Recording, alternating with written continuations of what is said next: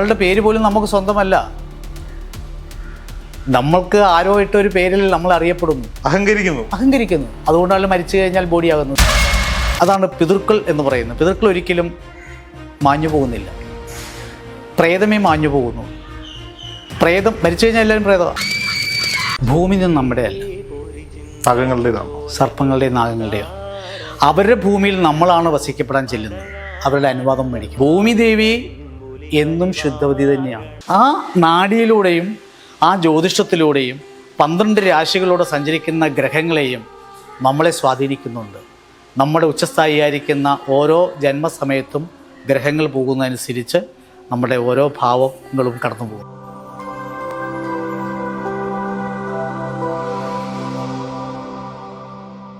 അപ്പോൾ ആത്മാവെന്ന തത്വം ഈ ഭൂമിയിൽ ഒരിക്കലും മാഞ്ഞു പോകുന്നില്ല.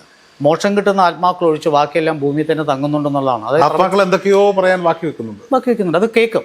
നമുക്ക് അത് കേൾക്കാനുള്ള, അതുകൊണ്ടാണല്ലോ ഈ ചില ഹോമങ്ങൾ നടക്കുമ്പോൾ ഒരു പ്രത്യേകതരം ക്യാമറയിലൂടെ ആ രൂപങ്ങളെ നമുക്ക് മനസ്സിലാക്കാൻ പറ്റുന്നുണ്ട്. ശ്രദ്ധിച്ചിട്ടുണ്ടോ? അദൃശ്യമായിട്ടുള്ള ആ ക്യാമറയിൽ ആ രൂപങ്ങൾ വരുന്നത് എന്തുകൊണ്ടാണ്? അപ്പം ഈ ചൈതന്യം എന്ന് പറയുന്നത് ആത്മാവിനെ ചൈതന്യമായിട്ട് തന്നെയാണ് കണക്കാക്കുന്നത്. ചൈതന്യത്തെ തിരിച്ചറിയാൻ മറ്റൊരു ചൈതന്യത്തിന് കഴിവുണ്ടെങ്കിൽ തീർച്ചയായിട്ടും ആ ചൈതന്യമായിട്ട് നമുക്ക് സംസാരിക്കാം, സംവാദം ചെയ്യാം. നമ്മുടെ സുനിൽ പരമേശ്വരൻ ആത്മാക്കളുമായിട്ട് സംവാദിക്കുന്ന ഒരാളാണ് കാന്തല്ലൂർ സ്വാമി. അദ്ദേഹത്തെ വിമർശിക്കുകയാണ് ആളുകൾ. വിമർശനം ഉണ്ടാവണം. വിമർശനമില്ലെങ്കിൽ ഇതിൻ്റെ പൊരുളഴിയില്ല. വിമർശനമില്ലാത്ത ഒരു പൊരുളിനെയും നമുക്ക് കാണാൻ പറ്റില്ല, മനസ്സിലാക്കാൻ പറ്റില്ല.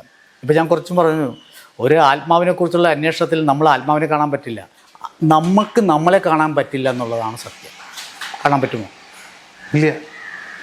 നമ്മളൊരിക്കലും നമ്മളെ കണ്ടിട്ടുമില്ല. ഇല്ല, നമുക്ക് പോലും മനസ്സിലായിട്ടില്ല നമ്മൾ ആരാണ്. അതെല്ലാം പറഞ്ഞു. നമ്മളുടെ പേര് പോലും നമുക്ക് സ്വന്തമല്ല. നമ്മൾക്ക് ആരോ ഇട്ടൊരു പേരിൽ നമ്മൾ അറിയപ്പെടുന്നു, അഹങ്കരിക്കുന്നു. അതുകൊണ്ടാണ് മരിച്ചു കഴിഞ്ഞാൽ ബോഡിയാകുന്നത്. പറയുന്നത് എന്താ? ഞാൻ മരിച്ചു കഴിഞ്ഞാൽ മസൂം പണിക്കർ വന്നൊന്നും ചോദിക്കില്ലല്ലോ. ബോഡിയെ പോയി നമുക്ക് ബോഡി കാണാൻ പോകുന്നു. അപ്പോൾ പേരുകളിലല്ല അർത്ഥമുള്ളത്. നമ്മുടെ ചൈതന്യത്തിൽ ഉണ്ടാകുന്ന ആ അർത്ഥത്തെ വ്യാഖ്യാനിച്ച് മുന്നോട്ട് പോകാൻ നമുക്ക്, അതായത് ചില സമയം എൻ്റെ അപ്പൂപ്പനൊക്കെ ഇത്രയും കാലഘട്ടം ഇവിടെ ജീവിച്ചിട്ടുണ്ട്. അപ്പോൾ ആ സോളിൻ്റെ ഒരു ചൈതന്യം ഇവിടെ എവിടെയോ ഉണ്ടാവും. അതിങ്ങനെ എന്നെ പിന്തുടർന്നുകൊണ്ടിരിക്കും. ഞാൻ പറയുന്ന എൻ്റെ പ്രശ്നത്തിൽ അദ്ദേഹത്തിന്, അതാണ് പിതൃക്കൾ എന്ന് പറയുന്നത്. പിതൃക്കൾ ഒരിക്കലും മാഞ്ഞു പോകുന്നില്ല. പ്രേതമേ മാഞ്ഞു പോകുന്നുള്ളൂ. പ്രേതം മരിച്ചു കഴിഞ്ഞാൽ എല്ലാവരും പ്രേതമാണ്.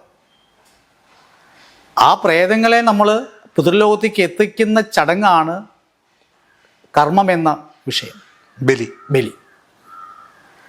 ആ 16 ബലികളും പൂർത്തീകരിച്ച് കഴിയുമ്പോൾ അവൻ യമലോകത്തേക്ക് പോകുന്നതാണ് സങ്കല്പം. എവിടെയാണ് 16 ബലിയെന്ന്? 16 പോയിട്ട് ഒരു ദിവസം ബലി പോലും ഇല്ല. എല്ലാം കൂടി ചേർത്ത് 7-ാം ദിവസം ഒരുമിച്ച്. അത് തെറ്റാണ്. പിന്നെ ഈ 7-ാം ദിവസം സഞ്ചയനം തീരുമാനിക്കുന്നത് ഞായറാഴ്ച ആണെങ്കിലേ ഉള്ളൂ കേട്ടോ, ഇല്ലെങ്കിൽ 5-നും 3-നുമാണ്. ഈ സഞ്ചയനം ചൊവ്വ വെള്ളി ദിവസങ്ങളിൽ ചെയ്യാൻ പാടില്ലെന്ന് വ്യവസ്ഥയുണ്ട്. ഒറ്റപ്പക്കം വരുന്ന സമയങ്ങൾ വേണം സഞ്ചയനം എടുക്കാൻ എന്ന് പറയുന്നുണ്ട്.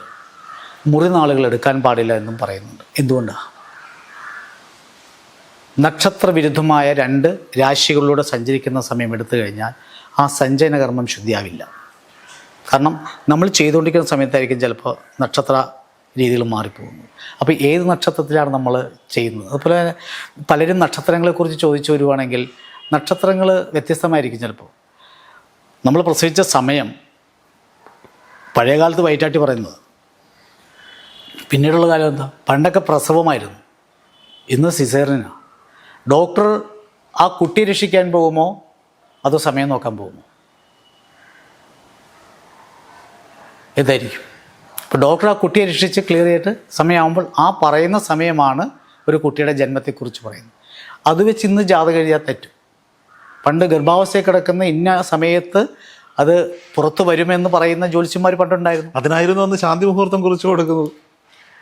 ഈ തത്വങ്ങളൊക്കെ വിസ്മരിച്ചു പോകുന്നത് വളരെ നമുക്ക് സങ്കടകരമാണ്. നമ്മുടെ സംസ്കാരം എന്ന് പറഞ്ഞാൽ ഋഷി പാരമ്പര്യമുള്ള സംസ്കാരമാണ്. ഇവിടെ ഒരു സായിപ്പിൻ്റെ ഉപകരണങ്ങൾ കണ്ടുപിടിച്ചാൽ മാത്രമേ അത് വിശ്വസിക്കുന്ന ആൾക്കാരാണ് നമ്മളിപ്പോൾ. പക്ഷേ അതിനു മുമ്പേക്ക് തന്നെ ഋഷിവരന്മാർ കണ്ടുപിടിച്ച ശാസ്ത്ര തത്വത്തെ ഭാരതീയർ സ്വീകരിച്ചു കഴിഞ്ഞു. പക്ഷേ ആ ഭാരതീയർ തന്നെ ഇന്ന് അതെല്ലാം മാറ്റിപ്പെടും. ആർട്ടിഫിഷ്യൽ ഇന്റലിജൻസിനേക്കാൾ വലിയ ഭാരത് ഇന്റലിജൻസ് ഉണ്ടായിരുന്ന നാടാണ്.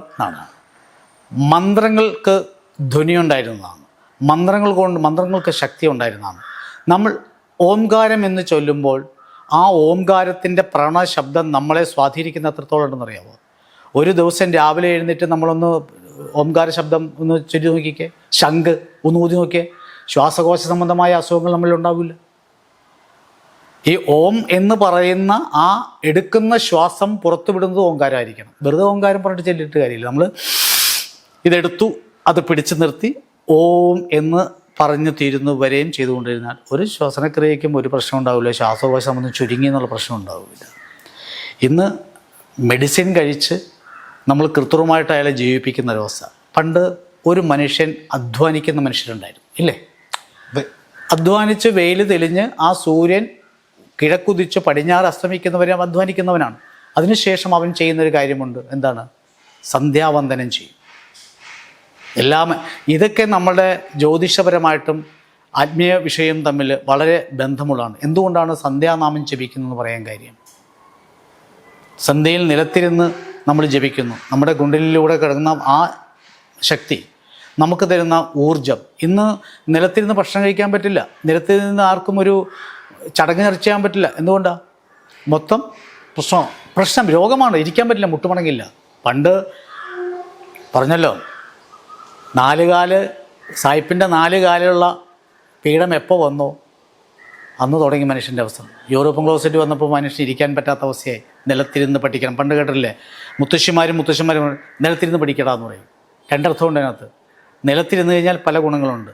നിലത്തിരുന്ന് പഠിച്ചു കഴിഞ്ഞാൽ ബുദ്ധി പോകില്ല, ആ ബുദ്ധിയിലേക്ക് ചെയ്യും. കിടന്ന് പഠിക്കരുത്, മറവി ഉണ്ടാകും. ഇതൊക്കെ നമ്മൾക്ക് പറഞ്ഞു തന്നിരിക്കുന്ന കാരണവന്മാരുടെയൊക്കെ തത്വം നമ്മൾ ഇന്ന് സ്വീകരിച്ചു പോയാൽ ഈ പറയുന്ന നാഡിയും ജ്യോതിഷവും എല്ലാം സത്യമാണെന്ന് തന്നെ ഞാൻ പറയും. ആ നാഡിയിലൂടെയും ആ ജ്യോതിഷത്തിലൂടെയും 12 രാശികളോട് സഞ്ചരിക്കുന്ന ഗ്രഹങ്ങളെയും നമ്മളെ സ്വാധീനിക്കുന്നുണ്ട്. നമ്മുടെ ഉച്ചസ്ഥായിയായിരിക്കുന്ന ഓരോ ജന്മസമയത്തും ഗ്രഹങ്ങൾ പോകുന്നതനുസരിച്ച് നമ്മുടെ ഓരോ ഭാവങ്ങളും കടന്നു പോകുന്നുണ്ട്. അതാണ് രാശിഭാവങ്ങൾ അല്ലെങ്കിൽ ഗ്രഹഭാവങ്ങൾ എന്ന് പറയുന്നത്. ഇത് അറിയാതെ തർക്കിക്കുന്നവർ ഒരുപാട് പേരുണ്ടാകും. തർക്ക വിഷയത്തിലേക്ക് നമുക്ക് പോയിട്ട് കാര്യമില്ല. ചില കാര്യങ്ങൾ ഓരോ മനുഷ്യൻ്റെയും ജീവിതത്തിലെ അനുഭവങ്ങളാണ് അവനെ ജ്യോതിഷത്തിലേക്കും വിശ്വാസങ്ങളിലും ക്ഷേത്രങ്ങളിലുമൊക്കെ കൊണ്ടെത്തിച്ച് അവൻ്റെ മനസ്സമാധാനത്തിന് വേണ്ടി പോകുന്നു. പക്ഷെ ജ്യോതിഷികൾ മനസ്സമാധാനം കെടുത്താൻ നിൽക്കരുതെന്ന് മാത്രമേ പറയുന്നുള്ളൂ, അല്ലേ? ജ്യോതിഷം എന്ന് പറയുന്ന തത്വത്തെ നമ്മൾ ആ ശാസ്ത്രീയമായിട്ട് പറഞ്ഞു കൊടുത്താൽ അവിടെ വിഷയമില്ല. ഞാൻ എൻ്റെ ചെറുപ്പം മീൻസ് ഒരു കൗമാരകാലം തൊട്ട് അങ്ങോട്ട് ഞാനൊരു 17 വയസ്സ് തൊട്ട് 27 വയസ്സ് 29 വയസ്സ് വരെ ഒരുപാട് പ്രശ്നങ്ങളിലൂടെ കടന്നു പോയ ഒരാളാണ്. അപ്പോൾ എൻ്റെ ഏറ്റവും വലിയ ആശ്വാസമായിരുന്നു ജ്യോതിഷന്മാരെ കാണുക. ജ്യോതിഷന്മാരെ പോയി കാണുക എൻ്റെ ഒരു വീക്ക്നെസ് ആണ്. എൻ്റെ കൂട്ടുകാരൊക്കെ അന്നുള്ളവരൊക്കെ ഇപ്പോഴും കളിയാകും. അപ്പോൾ അതിൽ ഞാൻ കുറേ പേരത്തൊക്കെ പോകുമ്പോൾ ഇവർ പേടിപ്പിക്കും, ലക്ഷങ്ങളുടെ പൂജകളും അതും ഇതൊക്കെ പറയും. പക്ഷെ അവസാനം ഞാൻ ഒരാളെ കണ്ടുപിടിച്ചു. ഇദ്ദേഹത്തിനത് കാണാൻ വലിയ പാടാണ്, ഭയങ്കര അപ്പോയിൻമെൻറ്റ്. പക്ഷേ എങ്കിലും അവിടെ പോയിരിക്കുമ്പോൾ അദ്ദേഹം കബഡിയൊക്കെ നിരത്തി നമ്മൾ കാര്യങ്ങളൊക്കെ പറഞ്ഞിട്ട് ചില കാര്യങ്ങൾക്ക് സിമ്പിളായി മറുപടികൾ പറഞ്ഞു തരും. അത് നമുക്കൊരു ഭയങ്കര കോൺഫിഡൻസ് തരും. അതായത് ഇതൊന്നും അല്ല, പൊക്കോളൂ. ഇപ്പോൾ ഉദാഹരണം പറയും, ഞാൻ വീട് വെക്കാൻ വേണ്ടി വസ്തു വാങ്ങും. എൻ്റെ 23 വയസ്സിലാണ് വസ്തു വാങ്ങും.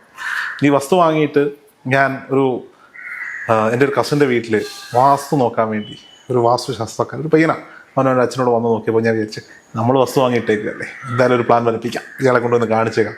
അപ്പോൾ അന്നത്തെ 22 വയസ്സിൽ ഈ 6-7 ലക്ഷം രൂപ മുടക്കി പ്ലോട്ട് തിരിച്ച് സൈഡ് കെട്ടി മണ്ണ് ഫില്ല് ചെയ്തുകൊണ്ടിരിക്കുമ്പോഴാണ് ഞാൻ ഇയാളെ വിളിച്ചോടെ ചെല്ലുന്നത്. നമ്മൾ ആറ്റുനോറ്റ് ആശിച്ച് മോഹിച്ച് വാങ്ങിയ വസ്തുവാണ്. അവിടെ വന്ന് പുള്ളി വന്നിട്ട് പറഞ്ഞു, ഇല്ലേ ഇവിടെ വീട് വെക്കാൻ പറ്റില്ല, ഒരു കോമ്പസൊക്കെ എടുത്ത് വെച്ചിട്ട് ഇവിടെ വീട് വെക്കാൻ പറ്റില്ല, ഇവിടെ ഞാൻ പ്ലാനും വരയ്ക്കുക നിൽക്കുകയില്ല, ഇവർ കാർ കയറി പോയി. ഒരു തകർന്നു പോകുന്നൊരു അവസ്ഥയുണ്ട്. ഇല്ലാത്ത പൈസ എല്ലാം കൂട്ടി വെച്ച് കടം വാങ്ങി മേടിച്ച് വെച്ചേക്കാണ്. ഞാൻ അന്ന് പിറ്റേന്ന് രാവിലെ ഈ ജോത്സ്യനെ കാണാൻ പോയപ്പോൾ അദ്ദേഹം എന്തായാലും കാരണം പറഞ്ഞു. ഞാൻ അറിയില്ല, എൻ്റെ അടുത്തൊരു കാവുണ്ട്, കാവിൻ്റെ ഭൂമിയൊന്നുമല്ല, അതൊരു തോടിനപ്പുറമാണ്, കാവുണ്ട്, ഇനി അതായിരിക്കാം. അപ്പം എന്നോട് തിരിച്ചറിയാൻ ചോദിച്ചു, അങ്ങനെയാണെങ്കിൽ നിങ്ങളുടെ നാട്ടിൽ എവിടെയാണ് വീട് വെക്കാൻ പറ്റുക? എല്ലാ വലിയ പറമ്പുകളിലും കാവുണ്ട്, കാവിനകത്താണോ വസ്തു? അല്ല, പുറത്താ. തന്നെയല്ല, ഇതിനകത്തൊരു ഒരു വ്യത്യാസം വരുന്നത്, ഭൂമി നിന്ന് നമ്മുടെ അല്ല, നാഗങ്ങളുടേതാണോ? സർപ്പങ്ങളുടെയും നാഗങ്ങളുടെയോ. അവരുടെ ഭൂമിയിൽ നമ്മളാണ് വസിക്കപ്പെടാൻ ചെല്ലുന്നത്, അവരുടെ അനുവാദം മേടിക്കണം. അതാണ് പണ്ടുള്ളവർ പറഞ്ഞത്, കാവ് തീണ്ടരുത്. കാവിലെ കുളം തീണ്ടരുത്. എന്താ? കാവ് നശിപ്പിക്കരുത്, ആ കാവിലെ കുളം മോശമാക്കരുത്. ഭൂമിയിൽ എവിടെയും വീട് വയ്ക്കുക. ഒരു ഭൂമിയെ 4ആയിട്ട് പകർത്തി അതിലൊരു ഭാഗത്തിൽ നമുക്ക് വീട് വയ്ക്കാം. അപ്പോൾ വലിയൊരു ഭൂമിയാണെന്ന് വയ്ക്കുക. അപ്പോൾ വാസ്തു പ്രകാരം നോക്കേണ്ടത് ഈ ഭൂമിയിൽ ഏത് സ്ഥലത്ത് വീട് വയ്ക്കാം. ഭൂമി അശുദ്ധമാണ്. അശുദ്ധമായാൽ എങ്ങനെയാണ് അശുദ്ധമാകുന്നത്? മ്ലേച്ഛമായ വസ്തുക്കൾ അവിടെ ഒന്ന് കിടക്കുമ്പോഴാണല്ലോ. ഇപ്പോൾ ശ്മശാന ഭൂമി അവിടെ മ്ലേച്ഛമാണ്. അപ്പോൾ അതിനെന്ത് ചെയ്യും? സിമ്പിളാണ്, ഒരു പൂജയും നടത്തേണ്ട കാര്യമില്ല. നവധാന്യം മേടിച്ച് കിളിപ്പിക്കുക. 9 കൃഷികൾ നടന്നു. അത് ഉഴുതുമറിച്ച് ആ 9 കൃഷികളെയും ശുദ്ധമാക്കി പശുവിന് കൊടുത്തു കഴിഞ്ഞാൽ, ഈ ഗോമാതാവിന് കൊടുത്തു കഴിഞ്ഞാൽ ലക്ഷ്മി ദേവിയുടെ പുണ്യം കിട്ടുമെന്നാണ് പറയുന്നത്. ഈ ക്ഷേത്രങ്ങൾക്ക് ശ്രീകോവിലുകൾ പണിയുമ്പോൾ അവിടെ നവധാന്യം വിതച്ച് എന്തിന് നമ്മൾ ദഹിപ്പിക്കുന്നു. ദഹിപ്പിച്ച സഞ്ചയനം കഴിയുമ്പോൾ നവധാന്യം വിതറുന്നതിനാ ശ്മശാന ഭൂമിയെ കൃഷിഭൂമിയാക്കി ശുദ്ധമാക്കി. ഭൂമി പൂജയാണ്. ഭൂമി പൂജ അതാണ് യഥാർത്ഥത്തിൽ ഭൂമി പൂജ. അല്ലാതെ ഒരു പുരോഹിതനെ വിളിച്ചിട്ടോ തന്ത്രിയെ വിളിച്ചിട്ടോ അവിടെ മണികൊട്ടി ശുദ്ധി വരുത്തി പുണ്യാഹം ഉണ്ടാക്കി അതൊന്നുമല്ല. ഭൂമി ദേവി എന്നും ശുദ്ധവതി തന്നെയാണ്. ഞാൻ കേട്ടിട്ടുണ്ട് ഈ ക്ഷേത്ര നിർമ്മാണ സമയത്ത് നവധാന്യങ്ങൾ കിളിപ്പിച്ച് അതിൽ പശുവിനെ കൊണ്ട് തീർത്തിച്ച് പശു വയറ് നിറഞ്ഞ് അവിടെ മൂത്രമൊഴുക്കി 9 കൃഷികൾ നടന്നാലേ ഒരു കൃഷിയുടെ ആവുള്ളൂ. ഓക്കെ. ഈ 9 കൃഷി നടത്തിയിട്ട് അതിൻ്റെ വിളവെടുത്തിട്ട് നമുക്ക് വീട് വയ്ക്കാൻ പറ്റില്ല. അപ്പോൾ 9 നവം എന്ന് പറഞ്ഞാൽ 9 ധാന്യങ്ങൾ വെത്തിച്ചാൽ മതി. അവിടെ പ്രശ്നം തീർന്നു. ഈ വാസ്തു പുരുഷ ഇതിൽ ഇപ്പോൾ വാസ്തുവിൻ്റെ പുരുഷൻ കിടക്കുന്ന എങ്ങനെയാണ് നമ്മൾ നോക്കിയിട്ട് അത് ഒരു ഇന്നൊന്നാമത്തെ കാലത്ത് എല്ലാവരും വാസ്തു ആചാര്യന്മാരാണ്. പഠിച്ച ആചാര്യന്മാർ കുറവാണ്. പക്ഷെ അവർ നല്ല കറക്റ്റായിട്ട് ചെയ്യുന്ന ആൾക്കാരുണ്ട്.